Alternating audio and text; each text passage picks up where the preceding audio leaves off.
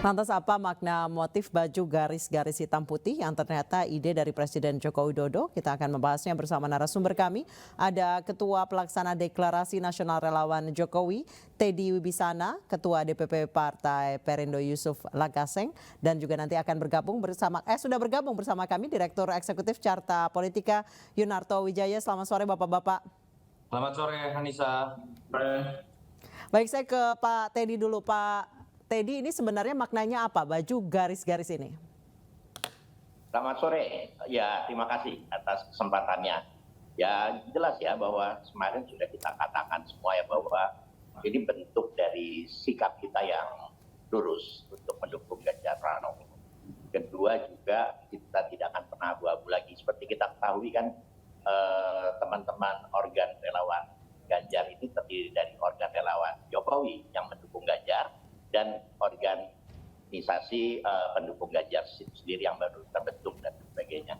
Nah, banyak dari pendukung Pak Jokowi yang masih belum menentukan sikap, masih menunggu sikap atau sinyal-sinyal dari Pak Jokowi untuk mendukung ABCD, walaupun memang sebetulnya itu akan membentuk satu situasi yang tidak mengenakan buat Presiden kalau Presiden harus secara tegas menunjukkan dukungannya gitu loh. Nah, ini bentuk dari sikap kita sebetulnya Mbak, bahwa kita mendukung Ganjar dengan lurus, dengan sepenuh hati, tanpa ragu-ragu, dan akan berjuang secara militan untuk memenangkan Mas Ganjar.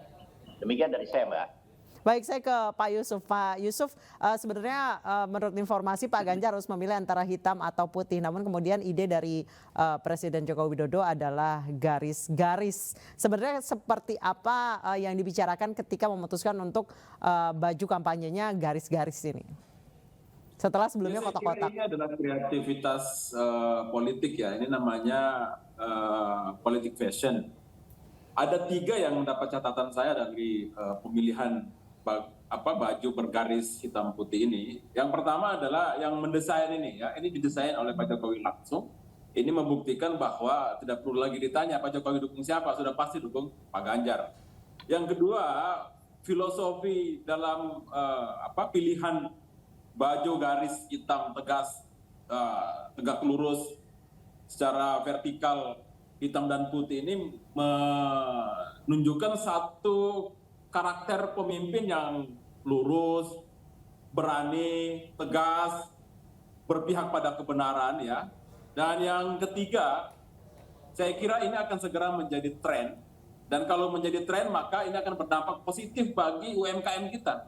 Akan banyak nanti tumbuh ya usaha-usaha mandiri yang akan membuat baju ini karena akan segera menjadi massal dan digemari oleh masyarakat kita secara umum, karena kita tahu Ganjar digemari oleh seluruh masyarakat, apalagi Gen Z dan milenial. Saya kira 3 hal itu dalam catatan saya, Anissa. Baik, saya ke Mas Yunarto. Mas Yunarto, setelah sebelumnya pada 2014 dan 2014 Presiden Joko Widodo memilih kotak-kotak pun pada Pilkada DKI Jakarta tahun 2012. Mengapa sekarang akhirnya beralih ke garis-garis? Karena seperti kita tahu memang Pak Jokowi nampaknya sangat memperhatikan politik fashion itu. Ya, kalau menurut saya kita bisa menggunakan berbagai kacamata untuk menilai garis-garis ya, dengan berbagai macam bahan, tegak lurus kah, atau ketika berbicara tidak ada abu-abu, hitam putih. Tapi yang saya ingin lihat sebenarnya adalah bobot politik paling penting di sini. Jokowi menurut saya mengirimkan pesan kepada Mas Ganjar, ketika Anda betul adalah seorang kader partai, tetapi ketika kemudian maju di level capres, Anda harus menjadi milik lebih dari sekedar satu partai. Anda harus menjadi milik semua elemen masyarakat, partai lain, relawan, dan lain-lain. Ya. Dan kita tahu simbol terkuat dari seorang Jokowi ketika memenangkan Pilgub dan Pilpres kemarin itu 2019, 2014, 2012, itu adalah simbol baju. Simbol yang menunjukkan bahwa dia milik semua masyarakat. Dan ini menjadi menarik kalau kita lihat sekarang kan Ganjar adalah Ganjar untuk semua ya. Sebenarnya punya makna yang sama dengan dulu Jokowi adalah kita. Dan kita juga tahu bahwa salah satu kritik terkeras dari sebagian pemilih ataupun misalnya dari musuh politik adalah kesan bahwa Ganjar hanya milik PDI Perjuangan. Jadi ini saya pikir sudah sebuah pesan yang diberikan oleh seorang mentor politiknya berkaca dari pengalaman beliau sama-sama dari PDI Perjuangan juga, dan sekarang katakanlah posisikan diri menjadi mentor politik. Apa yang terjadi kemarin dalam rekaman yang ditampilkan di iNews ini adalah jawaban dari Ganjar.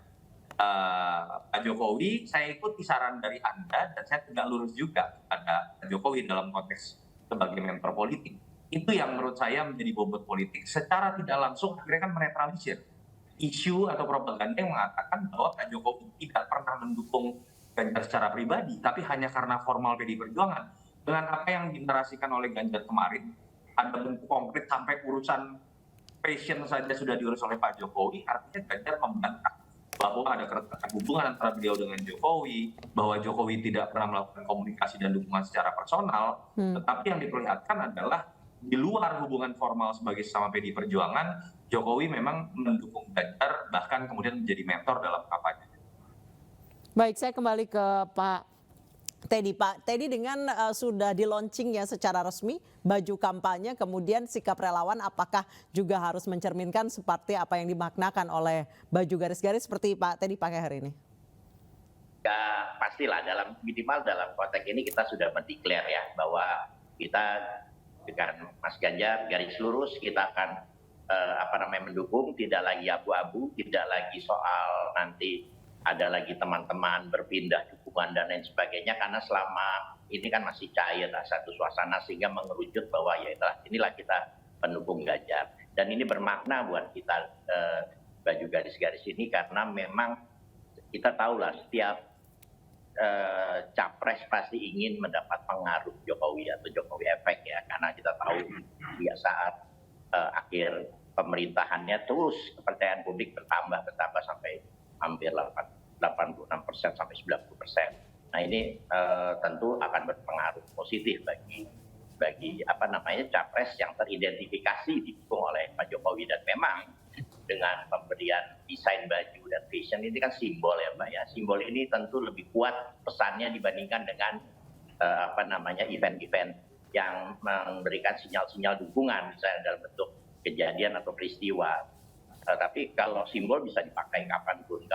Kalau event kan hanya sebatas event itu selesai. Nanti mungkin dibangun event lagi, kedekatan jauh diklaim lagi ketika Pak Jokowi berjalan bersama Pak Anies misalnya atau Pak Prabowo dan lain sebagainya.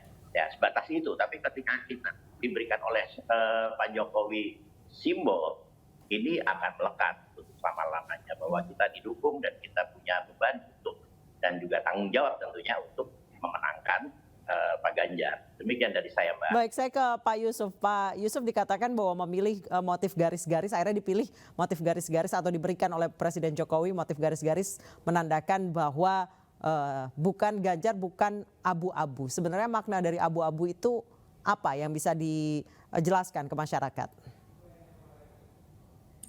Dalam hidup ini kan hanya ada dua kutub ya. Ada hitam, ada putih. Putih menyimbolkan kebaikan, kebajikan. Hitam menyimbolkan keburukan, kejelekan, kejahatan. Dan pilihan hitam putih itu Pak Jokowi mau menyampaikan kepada Pak Ganjar dan kita semua bahwa ya hidup itu pilihan antara hitam dan putih. Jadi kalau jadi pemimpin tidak boleh abu-abu. Abu-abu ini adalah simbol dari ketidakjelasan gitu loh. Dan cari aman seorang pemimpin. Dan itu tidak boleh. Apapun pemimpin harus mengambil keputusan. Ya. Apakah keputusan itu beresiko ataupun tidak, tetapi akan lebih besar resikonya ketika tidak ada keputusan. Itu yang mau disampaikan oleh Pak Jokowi, yang mau diajarkan Pak Jokowi, yang mau diwariskan Pak Jokowi satu karakter kepemimpinan kepada Pak Ganjar. Dan ini adalah satu transfer simbolik yang saya kira akan sampai pesannya kepada publik ya.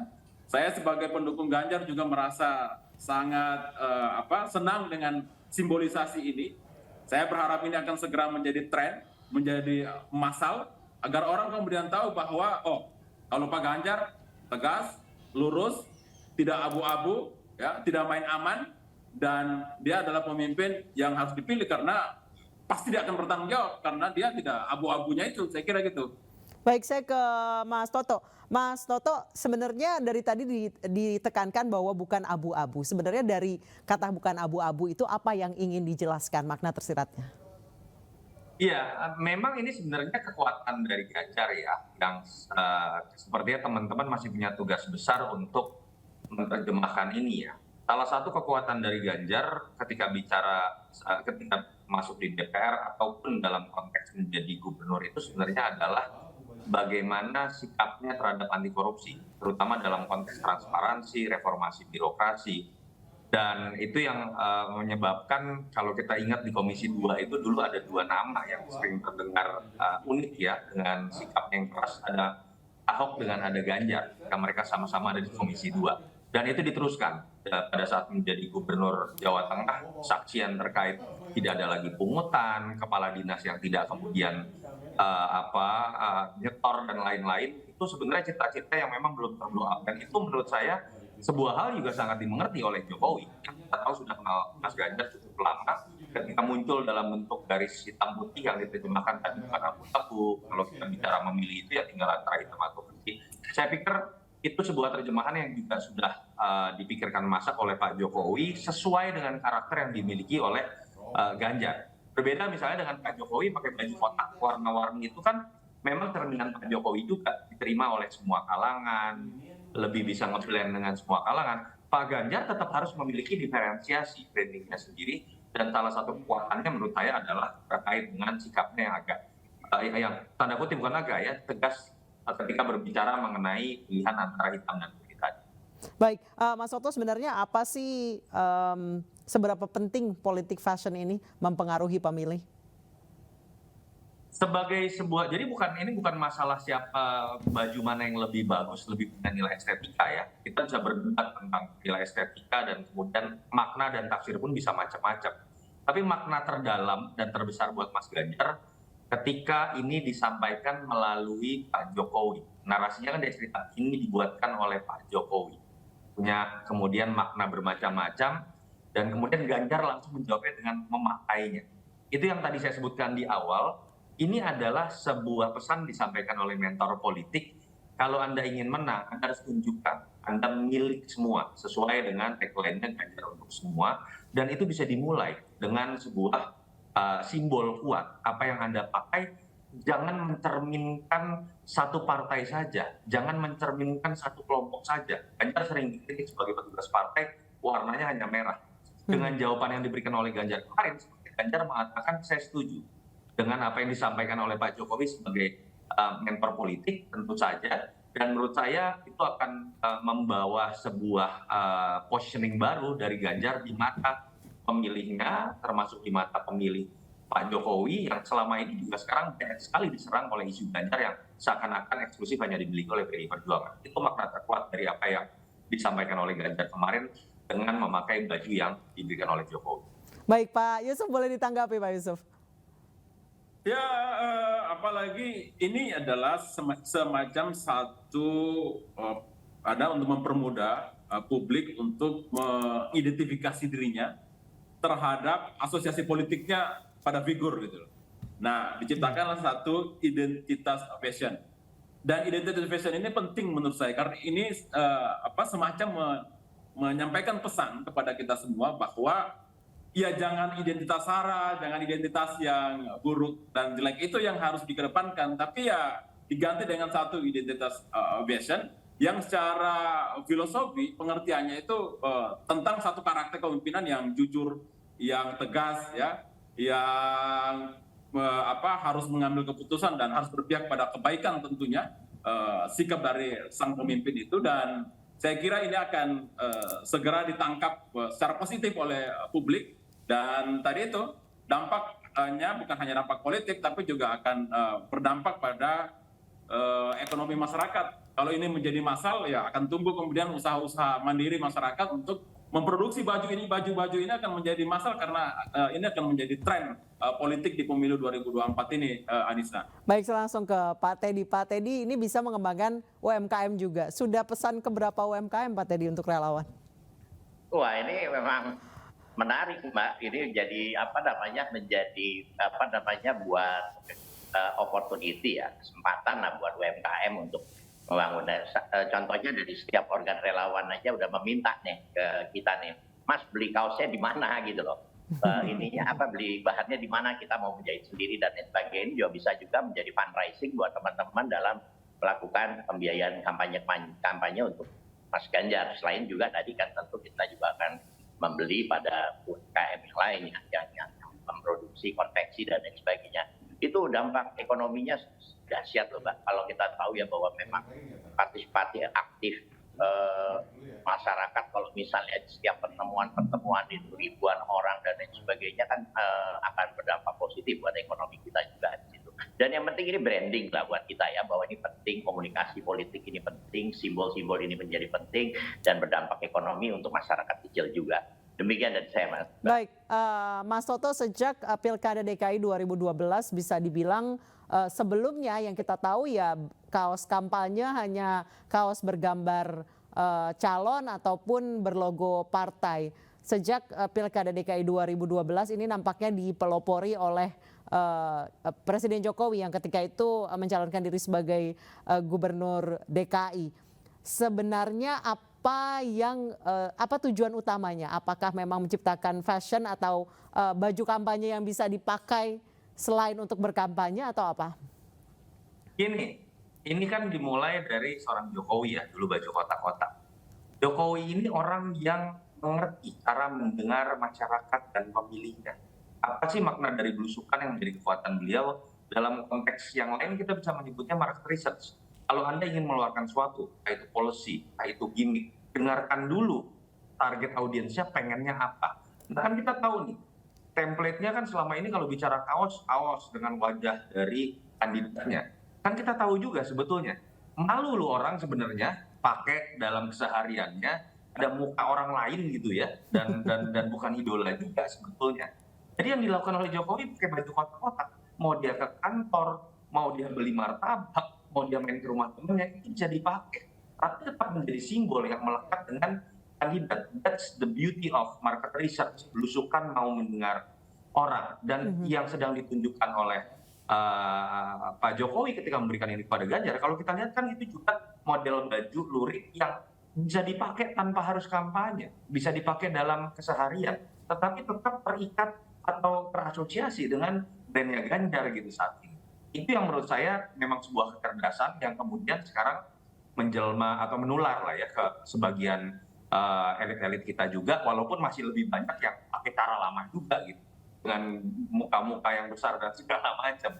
Dan apa yang kemudian ditawarkan oleh Pak Jokowi kemarin kan adalah ingin menguji juga apakah Ganjar kemudian punya pemahaman yang sama ketika memahami pemilihnya, termasuk sebuah resiko ketika dia memakai baju itu, apakah akan ada partai yang marah, yang misalnya lebih senang ketika identitas Ganjar itu teridentifikasi dengan partai tersebut. Dan menurut saya apa yang ditampilkan oleh Ganjar kemarin, dia menjawab dengan efisien bahwa saya akan gunakan ini, saya ingin mendengar masyarakat, dan itu sesuai dengan apa yang menjadi nasihat dari Pak Jokowi. Baik, terima kasih Mas Yunarto Wijaya, terima kasih Pak Yusuf Lakaseng dan Pak Teddy Wibisana telah bergabung bersama kami di iNewsroom. Selamat malam. Terima kasih.